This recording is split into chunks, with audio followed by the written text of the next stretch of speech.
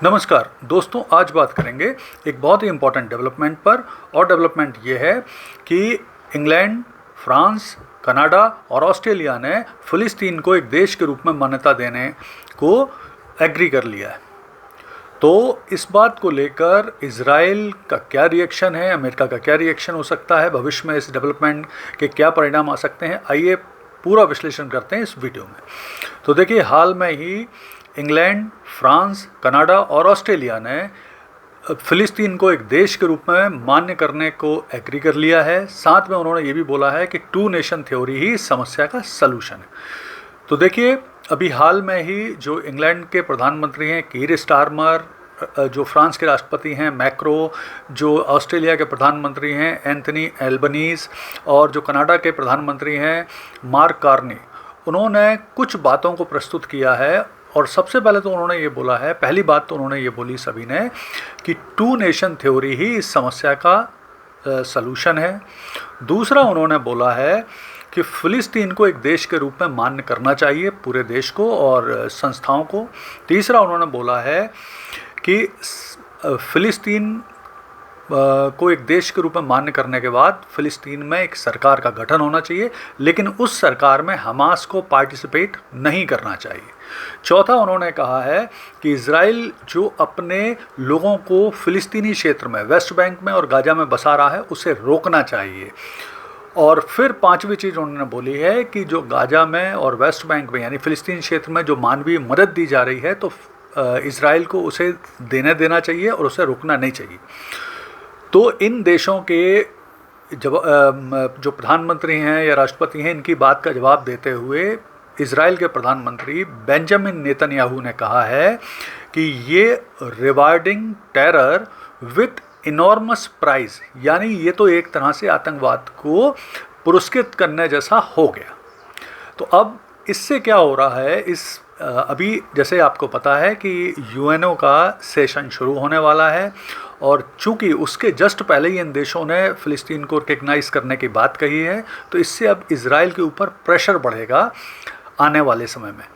और अभी यहाँ पर एक चीज़ और भी हम थोड़ा समझ लें कि फ़िलिस्तीन की स्थिति है क्या यूएनओ में। तो देखिए, फ़िलिस्तीन यूएनओ का सदस्य देश नहीं है, वो एक ऑब्जर्वर कंट्री है, पूर्ण सदस्य देश नहीं है। तो अब स्थिति क्या है कि यूएनओ के इस समय 193 देश हैं और उन 193 देशों में से 147 देश इस बात को लेकर एग्री करते हैं कि फ़िलिस्तीन को एक देश के रूप में मान्यता देना चाहिए। तो हो सकता है आने वाले जो यूएनओ की जनरल असेंबली की मीटिंग होना है, उसमें इस तरह का कोई प्रस्ताव आए। लेकिन वहाँ पर एक चीज़ समझना जरूरी है कि जो संयुक्त राष्ट्र सुरक्षा परिषद के 5 स्थायी सदस्य हैं, जिनमें अमेरिका है, रूस है, चीन है, फ्रांस है, इंग्लैंड है, इनमें से रूस, चीन, फ्रांस और इंग्लैंड तो तैयार हो जाएंगे फ़िलिस्तीन को एक देश के रूप में मान्यता देने के लिए, 2 नेशन थ्योरी के लिए, ऐसे किसी प्रस्ताव को एग्री करने के लिए। लेकिन अमेरिका, जो कि बहुत बड़ा सपोर्टर है इजराइल का, वो निश्चित तौर पर ऐसे किसी भी प्रस्ताव को वीटो कर देगा। अब यहाँ पर भारत की स्थिति समझते हैं। तो देखिए, भारत शुरू से 2 नेशन थ्योरी को मानता है और फ़िलिस्तीन को एक देश के रूप में मान करने के लिए एग्री है भारत भी।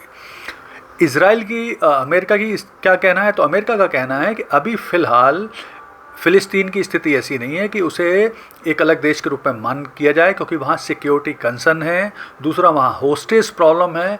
तो अमेरिका फ़िलहाल इसके लिए एग्री नहीं करेगा।